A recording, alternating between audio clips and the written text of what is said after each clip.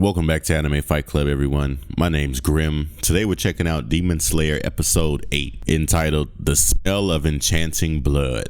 So we start the episode off with the guy that Muzan just turned into a demon still just going crazy.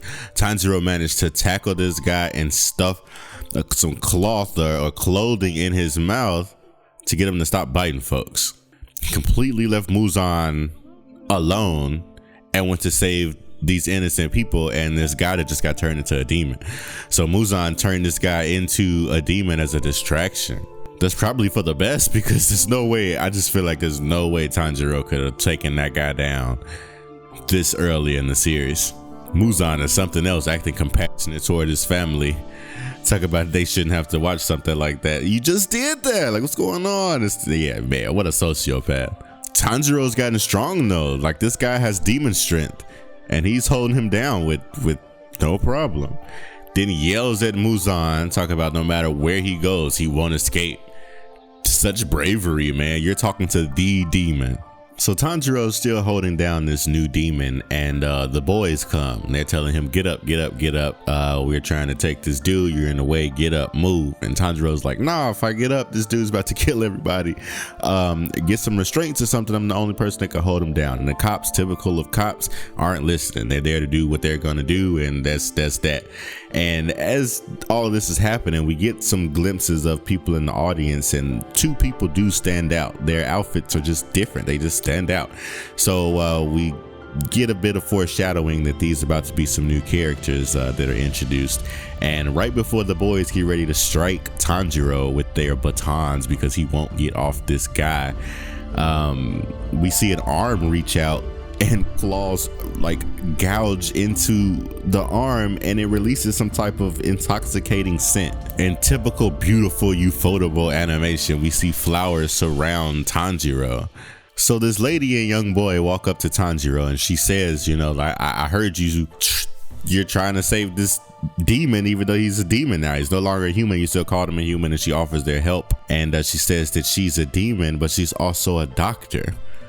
So this is our first instance of a demon that isn't, you know, malevolent. This one's benevolent. So let's see what this interaction will be like. Muzan drops his family off in the car and sends them home, then goes walking down this dark alley, surely looking for trouble. He's pissed off probably because of his interaction with Tanjiro. And these people in the alley, man, they're messing with him. They're drunk and they keep touching him. It's not looking good.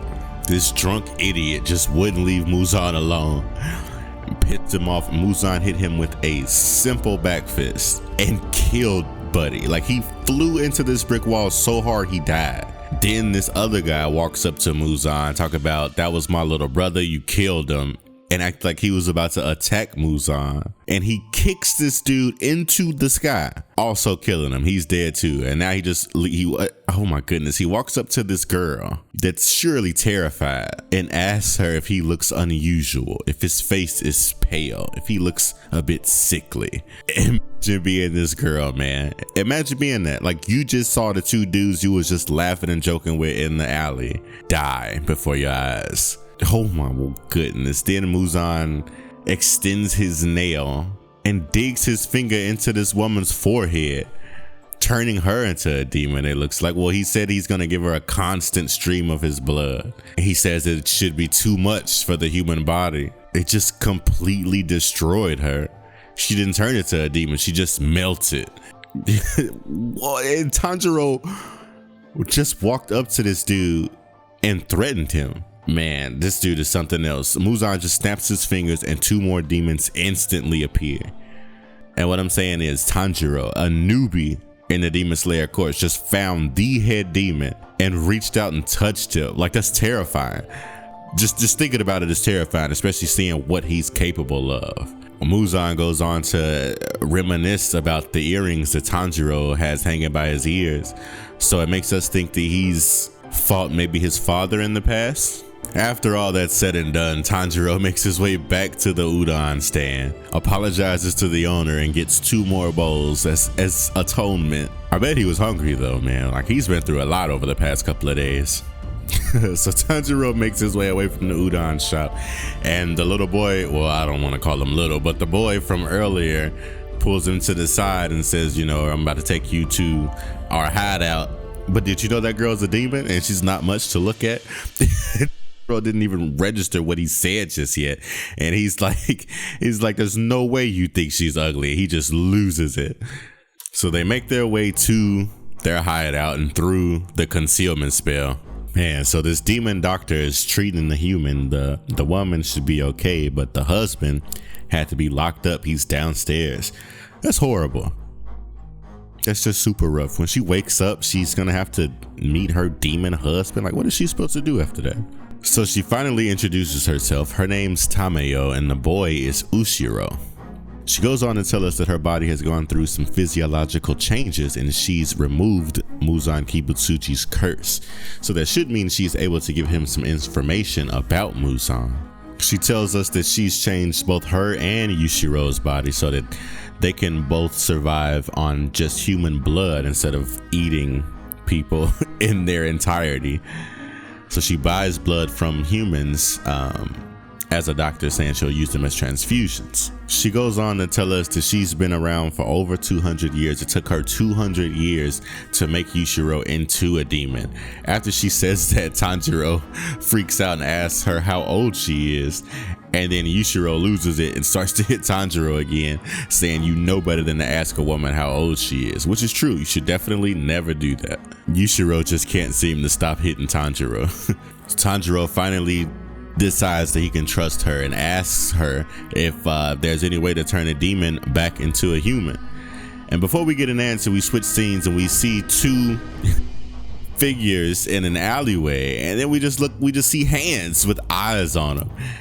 And as we continue to look forward, we can tell that these two are demons. The one with the eyes on his hands looks awesome. The other one's holding some type of ball, but the one with the eyes on his hands uses his powers to see footsteps that aren't there. He's able to tell how many people there were and what they were doing, what they were holding. So that's super cool. They also proclaim that they're about to murder whoever they find. So we can definitely, okay, I see. Judging by the necklace and the hair, we can tell that these are the two demons that Muzan summoned earlier. So they're definitely going after Tanjiro, and I can't wait for them to catch up to him. We jump back to the scene with the doctor and Tanjiro, and they're trying to talk about how to turn a human back into a demon, and Tanjiro gets excited and runs toward the doctor, and Yushiro throws him. He just can't stop hitting him. That's too funny.